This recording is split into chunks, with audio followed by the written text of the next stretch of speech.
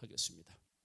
자, 이제 한 농부가 한 농부가 이제 돼지를 키우는 농부가 있었습니다. 그 돼지를 키우는 농부가 돼지를 이제 먹이는 거예요.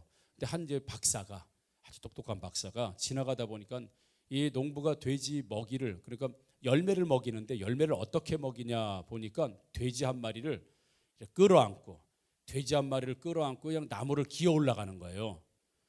나무를 그냥 낑낑낑 기어 올라가 가지고 돼지한테 그 나무 열매를 이렇게 갖다 대고서 먹게 하는 거야.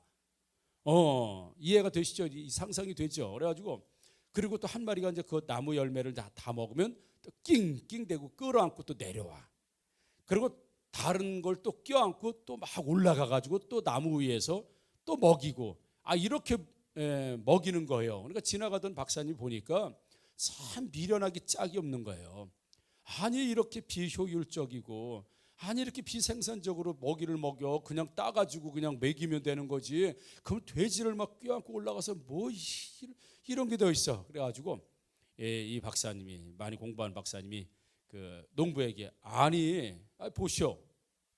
아니 이 열매를 따서 그냥 돼지들에게 먹이면 시간도 절약하고 효율적이고 좋을 텐데 이 비효율적으로 시간 많이 걸리는 이런 거 하는 거 이거 잘못된 거 아니냐, 이거 미련한 거 아니냐. 그랬더니 이제 농부가 그럽니다. 아이고 이런 얼간이 같은 양반 봤나. 아니 돼지가 효율적으로 살고 돼지가 시간을 아껴서 뭐 합니까? 이제 그렇게 이야기했다고 해요. 난 유모인데 이렇게 진지하게 듣는 거 처음 봤네. 내가 설명을 잘못해서 그랬구나. 아니 이 얼갈이 같은 양반 보겠나. 아니 돼지가 시간을 아껴서 뭐 합니까? 아니 돼지가 효율적으로 살아서 뭐 해요? 그런데 이 박사가 이야기하는 효율적인 건 돼지 입장이에요, 농부 입장이에요? 농부 입장이죠. 그래 유모인데 너무 은혜가 되게 받으니까 이게 내가 잘못된 건가? 그래요. 돼지가 뭐 시간 아껴서 뭐 합니까? 돼지가 뭐 생산적으로 살고 뭐 효율적으로 살아서 뭐 합니까? 근데 이 박사는 돼지 입장에서 얘기한 게 아니라 농부 입장에서 이야기를 해준 거죠. 잘못 해석한 거죠. 사랑하는 성도 여러분, 주님은요 우리 인생을 이끌어 주십니다. 우리에게 방법을 주십니다. 그런데 하나님 주시는 방법은요 가장 효율적이면서도 우리 인생을 가장 잘 되는 방식으로 우리를 이끌어 준다는 사실을 믿으시기를 주님의 이름으로 축복합니다. 그래서 누군가 물어봐요. 어떻게 사는 게 말씀대로 살면 아주 우리 주님은요 효율적이고 아주 시간을 아끼고 아주 퍼펙트한 인생을 살 수 있게 하시는 분이 바로 주님이십니다 라고 다시 한번 고백하는 인생 되기를 주님의 이름으로 축복합니다. 아멘. 우리 10월 15일 목요일에 신문에 이런 기사는 아니고 사설이라고 할까요? 개인적인 의견일 수도 있습니다만은 사설을 내가 하나 읽어줄게요. 요즘 집 때문에 난리예요. 그렇죠? 있는 사람도 고민이에요. 이거 집을 팔아야 돼, 말아야 돼. 이사를 가야 돼, 말아야 돼. 전세 있는 분은 큰일 났다. 이거 전세를 가야 돼, 말아야 돼. 월세 지금은 온 나라가 여기 TV를 틀어도 집 얘기, 저기를 틀어도 집 얘기, 다 신문을 봐도 다 집이에요. 왜냐하면 이게 삶의 근간이기 때문에 굉장히 중요한 일이기 때문에 그렇습니다. 백성들의 삶의 질이 달려있는 거기 때문에 그래요. 거기에 대해서 지금 사설을 목요일에 나온 걸 한번 잠깐 읽어드리도록 하겠습니다. 대한민국은 제비뽑기 세계에서 가장 많이 하는 나라, 이렇게 이제 제목이에요. 그러니까 대한민국은 제비뽑기를 세계에서 가장 많이 하는 나라, 이렇게 제목입니다. 자, 유치원에 들어갈 때도 줄을 서서 제비를 뽑아야 한다. 아파트를 분양할 때도 줄을 서서 제비를 뽑아야 한다. 다 추첨이죠. 군대 입영하는 것도 제비를 뽑아서 뺑뺑이를 돌려야 되고, 카투사를 지원하고 뽑히는 것도 다 제비 뽑기다. 요즘은 코로나로 인해서 학교 급식도 한 번에 못 가니 누가 먼저 밥을 먹을 것인고 누가 먼저 나중에 밥을 먹을 것인가도 제비 뽑기로 뽑고 있으며, 방과 후 수업이 줄어들었기 때문에 방과 후 수업하는 교사들도 누가 방과 후 수업을 할 건지 제비를 뽑아서 지금 하고 있다. 즉 제비 뽑기에 생계가 달려 있다. 더욱 희한한 일은 7월 말 계약 갱신 청구권, 전 월세 상한제 등 임대차법 개정 이후에 집값은 고공행진을 하고 전세 품귀 현상. 13일 강서구 한 아파트 전세에 9팀이 몰려서 부동산에 가서 제비를 뽑은 희한한 현상을 우리는 지금 보고 있다.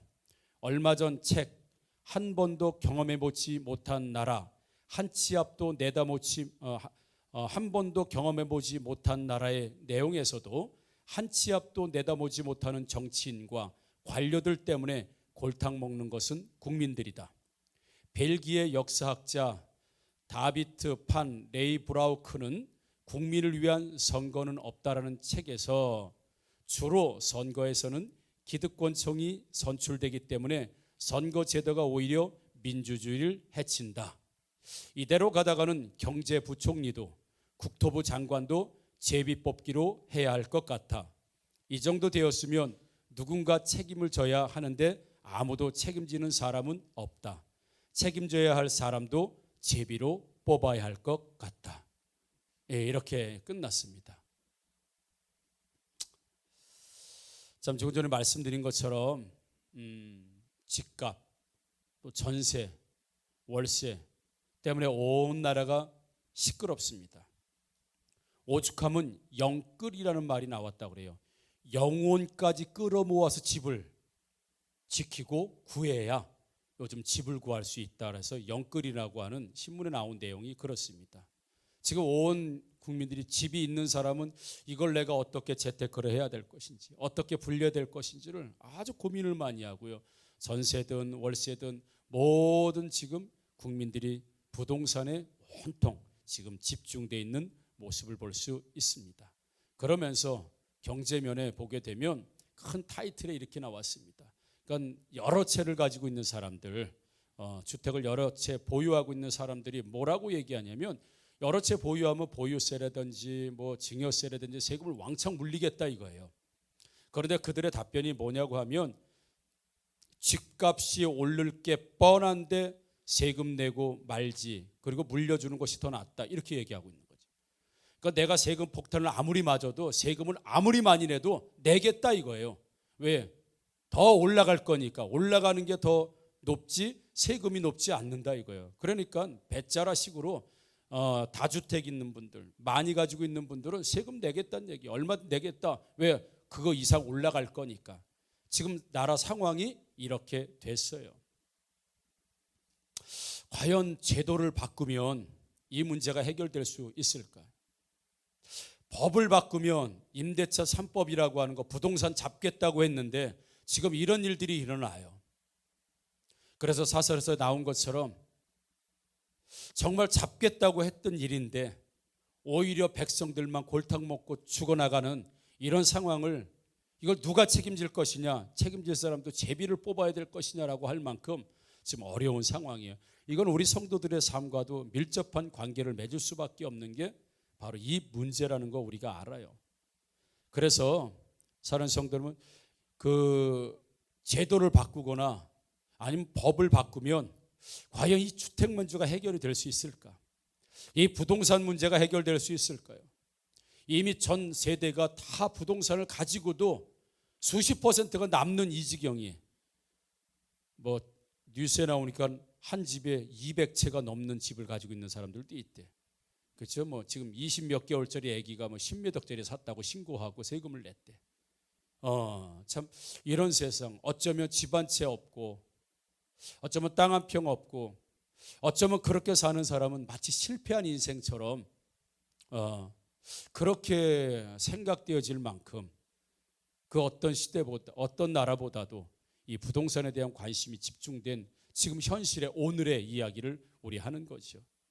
어떤 법을 만들면 누구에게나 다 집이 돌아갈 수 있을까요? 어떤 법을 만들면 주거가 안정이 돼서 다 또 행복하고 편안하게 살 수 있을까요? 어떤 법을 만들면 될까요? 지금까지 역대 정부가 어떤 법을 만들든 이런 법처럼 많은 법들을 만들어서 이 문제를 해결하려고 하는데 지금도 오리무중이에요. 해결할 방법이 잘 나오지 않습니다. 9월 30일에 한 좋은 의사가 세상을 떠났습니다. 지난달 30일에 그 의사 이름은 한원주라고 하는 의사, 여기 할머니시죠. 이 한원주라고 하는 이 의사 선생님은 95살까지 의사 생활을 했던 분입니다. 95살까지 인간극장에도 나오고 다큐에도 나오셨던 소개됐던 분인데 95살까지 의사 생활을 하면서 그가 40년 동안 무료 진료를 95세 돌아가실 때까지 40년 동안 어려운 사람들, 이런 사람들, 돈이 없는 사람들을 무료 진료를 해준 의사로 또 정평이 나 있고 유명합니다. 무려 40년 동안 말이죠. 그가 마지막으로 근무했던 병원은 매그너스 요양병원이라고 주로 70세 이상이 되시는 할머니 할아버지들이 계신데 주로 95 돌아가실 때까지 이 치매 환자들을 돌보고 치료하는데 일평생을 바쳤던 분입니다. 이분이 1926년도 출생이라고 해요. 그러니까 참 어려운 시대에 태어나셨죠. 1926년도. 그런데 이 한원주라고 하는 이 의사 선생님 고인이 되셨지만 이 아버지도 의사시라고 그래요.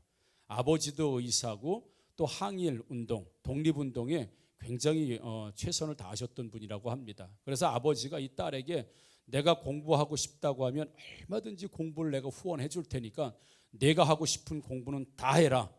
그러면서 신앙생활도 이제 하게 했겠죠. 그런데 나중에 보면 신앙생활은 그렇게 공부를 열심히 해서 집중해서 그런지 잘 못했던 것 같아요. 아무튼 그가 열심히 공부해서 지금 고대 의대 전신이라고 합니다. 경성의학 여자 전문학교를 졸업하고 그리고 나서 미국으로 가서 내과 전문의를 의사가 돼서 한국으로 돌아옵니다. 그러니까 이 한원주라고 하는 의사 선생님은 태어나면서부터 소위 말해 금수저 집안에 태어난 거예요. 부와 명예가 다 있는 집안에 태어나서 그렇게 자랐어요. 하나도 어려움이 없고 부족함이 없이 아주 넉넉하게 하고 싶은 공부 다 하고 먹고 싶고 쓰고 싶은 거 다 하면서 그렇게 살아왔어요. 그런데 그가 한국에 와서 의사생활 하면서 그리고 남편을 만나 결혼했는데 남편이 일찍 세상을 떠나게 됩니다. 그럴 때 심한 충격을 받게 되고 그 남편이 갑작스러운 죽음으로 인해서 하나님을 만나는 계기가 됐다고 해요. 자세한 건 잘 모르겠습니다만은 그렇게 돼요. 그래서 하나님을 남편을 떠나고 난 다음에 하나님을 인격적으로 영접하고 그때부터 독실한 크리스찬이 됩니다. 그러면서 이 한원주 원장님은 새로운 소망이 생겼다고 해요. 자기가 예수님을 정말 믿고 새로운 소망이 생겼는데 그게 뭐냐면 어려운 사람을 위해서 내가 그동안 먹고 마시고 누리고 이런 생활했던 모든 것들을 이제 베풀고 사는, 즉 무료로 진료하는 그런 비전이 생겼다고 해요. 그래서 40년 동안 새로운 소망, 바로 무료 진료, 자신의 월급을 투자하고 상금을 받은 것을 투자하고 후원금을 투자해서 어려운 사람들을 40년 동안 무료 진료로 병원을 운영하고 그렇게 치료했다고 하죠. 자기의 인생이 하나님을 딱 만났을 때 가장 먼저 생긴 소원이 하나님, 나 무료 진료하고 싶습니다. 무료 진료할 수 있도록 나에게 재정도 주시고 여건도 달라고 무료 진료가 이분의 기도 제목이었다고 하는데 하나님께서는 나에게 기도 응답을 해주셔서 내가 무료 진료할 수 있도록 하나님께서 허락하셨다 이렇게 고백하고 있습니다. 그렇게 40년을 무료 진료로 95살이 될 때까지 이렇게 청진기를 들고 다니면서 노인들과 환자들을 돌봤던 의사예요. 그러면서 그가 9월 30일에 세상을 떠나면서 사람들에게 그렇게 마지막 말을 남겼다고 합니다. 95 할머니가 세상 떠나면서 이렇게 얘기했어요. 여러분 힘내세요. 그가 마지막에 눈을 여러분 힘내세요. 그리고 9월 30일이니까 얼마 안 됐지요. 밖을 보면서 가을이구나. 참 좋다. 그리고 여러분 모두 사랑해요. 그리고 눈을 감았다고 해요. 여러분 힘내요. 그의 인생의 95세 죽으면서 마지막, 야, 참 아름다운 가을이다. 그리고 모두 사랑합니다. 사랑해요. 그리고 세상을 떠났습니다. 우리가 처음에 부동산 이야기를 하면서 돈 많은 사람들, 어쩌면 우리도 돈 많으면 그렇게 됐을지도 몰라요. 집이 많은 사람들, 아니야 집이 여러 채 있거나 한 채 있거나 아무튼 부동산이 있는 사람들은 어차피 집값 오를 게 뻔한데 세금 내고 말지, 내가 자식 물려주고 말지, 누구 좋은 일 시키라고 내가 집을 팔아? 라고 하는 말과 힘내세요 여러분. 가을이구나. 모두 사랑합니다. 마지막 이렇게 남긴 사람의 죽음. 누가 인생을 잘 살았을까요? 누구의 말이 사람들에게 감동도 주고 은혜도 주고 그 말을 계속 되새기면서 생각해 볼 수 있을까? 힘내요. 가을이다. 사랑해요. 집값 오를 게 뻔한데 세금 물더라도 나는 자식한테 물려주고 말겠어. 과연 우리는 어떤 말을 해야 하고 어떤 인생을 살아야 하고 어떤 말로 사람들에게 기억됐으면 좋겠는가? 세상은 한편에서는 이렇게 사는 사람도 있고 한편에서는 저렇게 사는 사람도 있습니다. 오늘 본문에 모르드게와 에스더가 주인공이 돼서 나옵니다. 아하수에로 왕이 에스더의 남편이 되겠죠. 그런데 아하수에로 왕 이 부하 중에 하만이라고 하는 사람이 있습니다. 하만이라고 하는 사람은 굉장히 악질이죠. 나쁜 사람입니다. 그런데 하만이라고 하는 사람이 높은 관직에 올라갈 때 그 사람이 지나가면 모든 사람들이 절을 해야 합니다. 아주 굽신거려야 돼요. 그런데 유대인 모르드게, 즉 에스더라고 하는 지금 왕비의 삼촌 모르드게라고 하는 유대인만 이 하만이라고 하는 사람이 지나고도 인사를 하지 않아요. 허리를 굽히지 않습니다. 그러니까 이 하만이라고 하는 사람이 자존심도 상하고 괘씸하고 도대체 저놈은 말이야 왜 나한테 절을 하지 않는 거야? 왜 나한테 꼼짝하지 않는 거야? 라고 알아보니까 유대인이에요. 그러니까 자기 아하수에로 왕에게 가서 뭐라고 얘기하냐면 하만이 왕이요, 내 얘기를 한번 들어보십시오. 이 나라는 왕께서 법으로 통치하시는 나라입니다. 왕의 법이 있습니다. 왕의 절차가 있습니다. 왕이 정해놓은 규칙이 있습니다. 그런데 우리나라에 살고 있는 한 민족이, 한 사람들이, 어떤 사람들이 왕의 명령을 무시합니다. 왕의 법칙을 따르지 않습니다. 왕의 규칙을 따르지 않고 자기들 법을 만들어서 자기 멋대로 사는 백성들이 있습니다. 이거 그냥 놔두면 안 되는 거 아닙니까? 이거 죽게 되는 거 아닙니까? 그러니까 아하수에로 왕이 화가 났죠. 아니, 감히 이 나라에서 내 법을 안 지키고 내 말을 안 지키고 사는 사람들이 있어? 그런 사람들은 당연히 죽여야지. 그러니까 하만이 제가 사제를 털어서 내 돈을 털어서 1만 달란트를 이 사람들, 유대인들 죽이는 사람들에게 품값으로 주고 일값으로 줄 테니까 제가 그 일을 해도 되겠습니까? 그래 해! 라고 해서 아하수에로 왕도 화가 나서 옥새로가 딱 찍고 그렇게 조서를 내려버리는 거죠. 그러니까 온 유대 사람들은 난리가 난 겁니다. 하루아침에 이제 죽을 민족의 말살의 위기에 처해진 거예요. 근데 뭔가 소문이 이상해요. 궁에서도 웅성웅성대고 소문이 이상해. 그래서 에스더가 무슨 얘기인가 들어보니까 자기 유대인에 관련된 이야기들이 지금 소문으로 떠도는 거예요. 그래서 이 에스더가 하닥이라고 하는 자기 신하를 시켜서 자기 외삼촌 모르드게에게 보내죠. 도대체 무슨 일이 밖에서 일어나고 있느냐라고 했더니 모르드게가 지금 에스더에게 얘기하는 겁니다. 이러이러한 일로 인해서 지금 유대인들이 다 죽게 생겼다. 다 민족적 말살을 당하게 생겼다. 그러니 너는 왕 앞에 나가서 이 진실을 밝히고 우리 민족을 구해야 될 것이다라고 모르드게가 자기 조카인 에스더에게 이야기를 하죠. 그러니까 에스더가 그 이야기를 듣고 안 됩니다. 이 궁에는 법칙이 있습니다. 이 궁에는 법칙이 있는데 왕도가 있는데 그게 뭐냐면 왕이 부르기 전에 왕비가 먼저 가면 왕비는 죽는 법이 우리 궁 안에 있습니다. 만약에 그가 가지고 있었던 지팡이 금큐를 내밀면 살지만 안 내밀면 저는 오늘 그날로 끝나는 겁니다. 그러니까 왕비는 왕이 부르지 않으면 못 가는 게 이 왕가의 어떤 법칙이고 규칙이고 이건 목숨이 달려있는 문제이기 때문에 내가 하기 어렵습니다. 이렇게 얘기해요.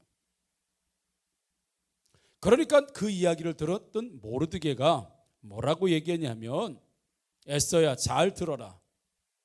내가 만약에 이 일을 위험하고 죽을 수 있다고 하는 이유 때문에 이 일을 하지 않는다고 한다면 결단코 하나님께서는 유대인들을 살리시려고 너 아닌 다른 사람, 다른 방법, 다른 쪽에서 길을 찾아서 유대인들은 살겠지만 너 혼자 궁에서 살겠다고, 이런 일들은 모른 척하고 너 혼자 살겠다고 너는 죽고 네 집안도 전부 다 멸망하고 죽게 될 것이다 라고 모르드게가 에스더에게 이야기를 합니다. 오늘 본문의 내용이 바로 그런 내용임을 말씀드리는 거예요. 에스더는요 기득권자예요. 모르드게가 그걸 얘기하잖아요. 너는 혼자 왕궁에 있어, 유대인이라도 왕비이기 때문에 왕궁에 있어서 너는 안전할지 모르겠지만 지금 에스더는 기득권자예요. 죽을 일이 없습니다. 아무리 유대인들이 멸족을 당한다 하더라도 이 에스더는 살아요. 그러니까 유대인이 봤을 땐 완전히 금수저의 지금 뭐냐면 기득권층이에요. 가장 안전한 곳에 지금 살고 있어요. 왕궁이라고 하는 거. 거기에도 법칙이 있어요. 근데 이 법이 에스더가 유대인이면 죽어야 되는데 왕궁의 법칙과 규칙이 이 에스더를 살려준다는 걸 우리는 알 수 있어요. 13절에 보면 이렇게 이야기하죠. 모르드게가 그를 시켜 에스더에게 회답하되 너는 왕궁에 있으니 모든 유다인 중에 홀로 목숨을 건지리라. 생각하지 말라. 지금 에스더는 다 죽어도 나는 살 수 있다고 생각하는 거예요. 그걸 법으로 보장하고 있어요. 그게 왕궁의 규칙으로 보장하고 있습니다. 에스더는 안 죽어요. 유대인이 죽는 건 남의 일이에요. 에스더의 일이 아닙니다. 13절은 그렇게 말씀합니다. 가장 안전하게 거할 수 있는 사람 에스더. 에스더 입장에서는 가장 안전하게 보호받고 가장 법으로 보호받고 가장 안전한 왕궁에 있는데 굳이 자기가 죽을 수도 있는 일을 감히 행하기는 어려운 게 실제 상황이에요. 그러나 모르드게가 말하는 상황은요 굉장히 위험한 겁니다. 그건 죽을 수도 있는 상황을 초래하는 방법이에요. 11절 보니까 그렇게 되죠. 왕의 신하들과 왕의 각 지방 백성이 다 알거니와 남녀를 막론하고 부름을 받지 아니하고 안뜰에 들어가서 왕에게 나가면 오직 죽이는 법이요 왕이 그 자에게 금기를 내밀어야 살 것이라 라고 되어 있습니다. 이미 왕이 나를 부르지 않은 지가 30일이 지났다. 그러니까 모르드게가 왕 앞에 나가서 이 이야기를 하라고 말하는 방법은 가장 위험한 방법이에요. 그리고 에스더는 왕궁에서 유다인들의 일에 대해서 모른 척하고 있는 것, 그것이 왕궁의 법도와 규칙과 왕과가 나를 보호해 줄 수 있는 가장 안전한 방법이 바로 에스더의 방법이에요. 지금 가장 법적으로 보호받는 안전한 방법과 가장 위험한 하나님의 방법이 지금 충돌하고 있습니다. 모르드게는 내가 말을 하든 하지 않든 결단코 하나님은 유대인들을 멸망시키지 않고 반드시 구원할 것이다 라고 하는 확신을 모르드게는 가지고 있고, 에스더는 만약에 왕의 명령을 어기고 내가 나갔다가는 죽습니다. 나는 왕의 보호를 받고 싶습니다. 이 왕궁의 보호를 받고 싶습니다. 그래서 에스더는 자기 자신이 가장 안전한 방식, 가장 철저하게 보호받는 방식을 고수하고 있고, 모르드게는 가장 위험한 방법, 말도 안 되고 법을 뛰어넘는 가장 위험한 방법을 신앙적으로 지금 요구하고 있는 모습을 보게 돼요. 에스더는 가장 확실한 법의 보호를 받을 수 있는 방법으로 지금 이야기를 하고 있고요. 어떤 방법이 과연 좋은 방법이겠습니까? 여러분들이 사랑하는 성도 여러분들과 제가 만약에 하나님을 알지 못하는 사람이라고 성경의 이야기가 아니라고 하면 저와 여러분들은 어떤 방법을 선택할까요? 이럴 때, 이런 요구를 받을 때, 가장 안전한 걸 버리고 가장 위험한 걸 믿음의 세계가 아닌 사람들은 선택할 수 있을까? 안 되겠죠. 있을 수 없겠죠. 그게. 그래서 벨기에 학자가 이야기했던 것처럼 모든 선거는 다 기득권층이 다 선거에 선출되는 사람들 봐요. 다 내놓으라는 사람들이라는 거예요. 다 집 있는 사람들이에요. 다 집 몇 채쯤 갖고요. 적게는 수억, 수십억, 수백억씩 가지고 있는 재산가들이에요. 우리가 선출해서 뽑은 사람들이. 오히려 그 사람들이 선출이 되면 민주주의는 더 망칠 수 있다고 이야기하는 이유가 진짜 서민이 위정자가 되는 경우는 거의 없어요. 다 사는 사람들, 다 준비된 사람들, 다 여건이 되는 사람들이 대통령도 하고 국무총리도 하고 부총리도 하고 다 하는 거예요. 고위공직자, 나라의 일을 보는 사람 중에 월세 사는 사람이 얼마나 되겠습니까? 한 달 월급이 200만 원, 150만 원 가지고 사는 고위공직자 있는 사람들이 얼마나 되겠습니까? 그래서 그 기득권자들이 모여서 하는 모든 행위가 백성들에게 오히려 더 짐이 되는 일들을, 왜요? 자기들의 입장을 고려 안 할 수 없거든요. 자기 집을 고려 안 할 수가 없어요. 자기 지역을 고려 안 할 수가 없습니다. 자기 자식을 고려 안 할 수가 없는 거예요. 그러니까 오히려 이 사람들이 모이면 민주주의를 해칠 수 있다라고 이야기하는 이야기가 바로 그런 이유예요. 그래서 세상은 어떻게 해서든지 법의 안전장치, 보호받을 수 있는 장치, 기득권을 잊어버리지 않는 장치, 이걸 원하죠. 기득권 있는 사람들. 에스더도 지금 그랬어요. 그러면서 모르드게는 이렇게 얘기합니다. 14절 보니까 이렇게 14절을 쭉. 자, 이때 내가 만일 잠잠하여 말이 없으면 유다인은 다른 데로 말미암아 노임과 구원을 얻으려니와 너와 내 아버지 집은 멸망하리라. 내가 왕후의 자리를 얻은 것이 이때를 위함이 아닌지 누가 알겠느냐, 이렇게 말해요. 내가 왕후의 자리에 있는 것이 이때를 위함이 아닌지 어떻게 알겠느냐? 자, 이때를 위함이 아닌지, 이때는 어떨 때일까요? 우리는 성경을 보면서 하나님께서 에스더를 왕비로 만들고 궁으로 넣은 이유가 바로 이때, 왕비가 아니었으면 누가 왕에게 나가겠습니까? 그러니까 우리는 성경을 볼 때 첫 번째 볼 수 있는 게 왕비가 된 이유가 바로 이때, 유대인을 구원해야 될 바로 이때를 위함이 아닌가라고 볼 수도 있지만, 에스더 입장에서 봤을 때 내가 살 수 있고 철저하게 왕에서 보호받을 수 있지만, 그 세상의 법으로 보호받을 수 있지만 하나님의 믿음으로 유대인을 위해서 목숨을 바칠 만한 결단을 할 때가 이때의 위함이 아닌지 어찌 알겠느냐라고 모르드게는 지금 이야기하고 있는 거예요. 우리는 당연히 첫 번째를 생각 먼저 하지요.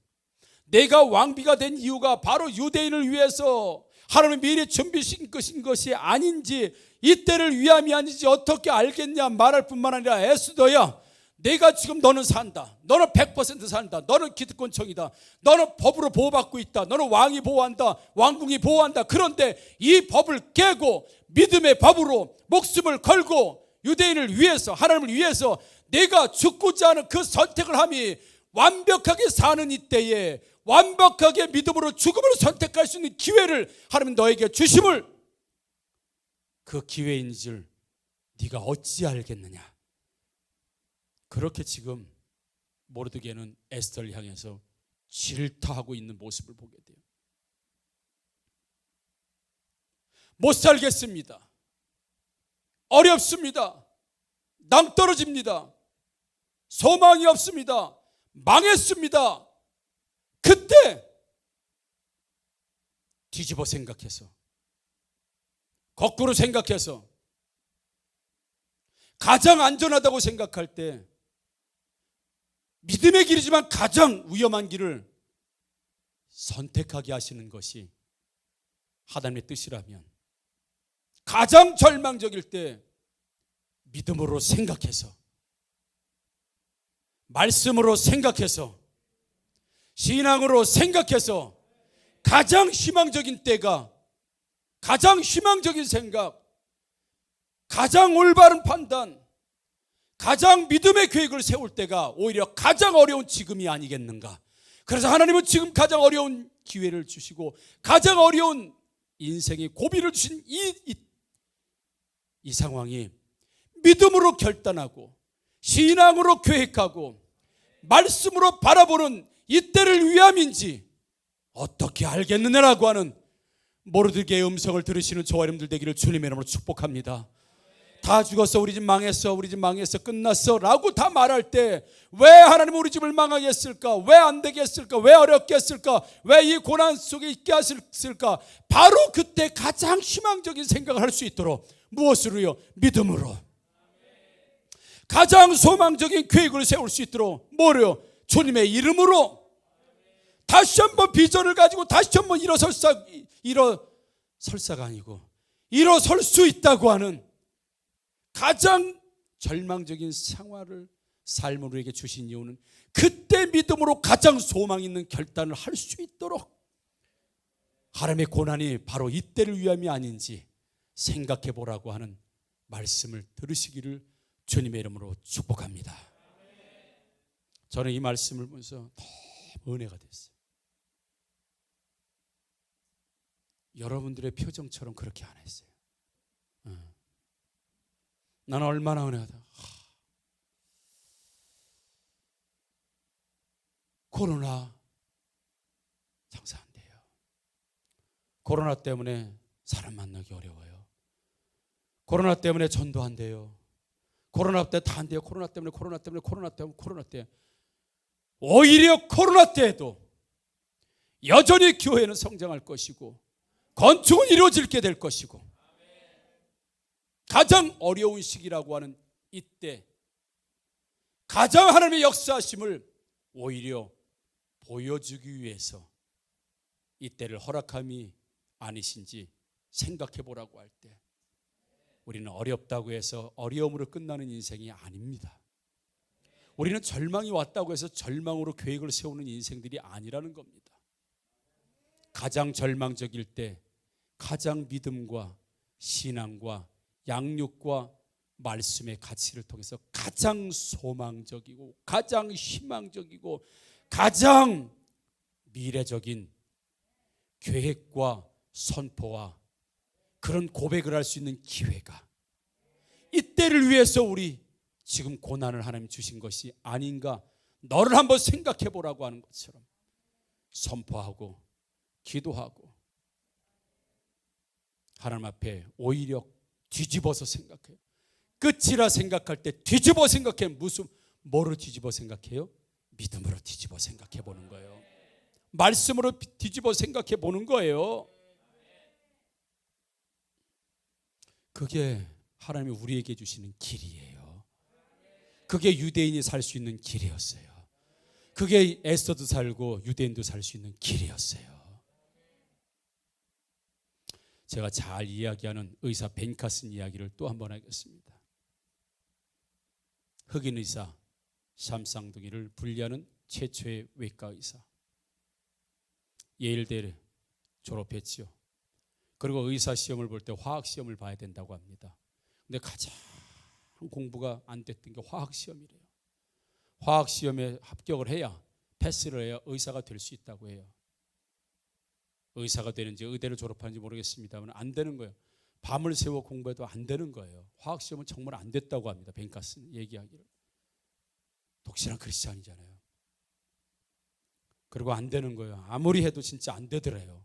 다른 건 되겠는데 화학 시험이. 또 화학 시험이 배점이 높고 굉장히 중요하다고 해요. 그리고 시험 전날이죠. 밤중까지 어쩌면 새벽까지 공부했을 거예요. 그래도 안 돼요. 그리고 포기했다고 합니다. 그래서 하나님, 도대체 내가 안 됩니다. 내가 아무리 화학시험 준비를 해도 안 됩니다.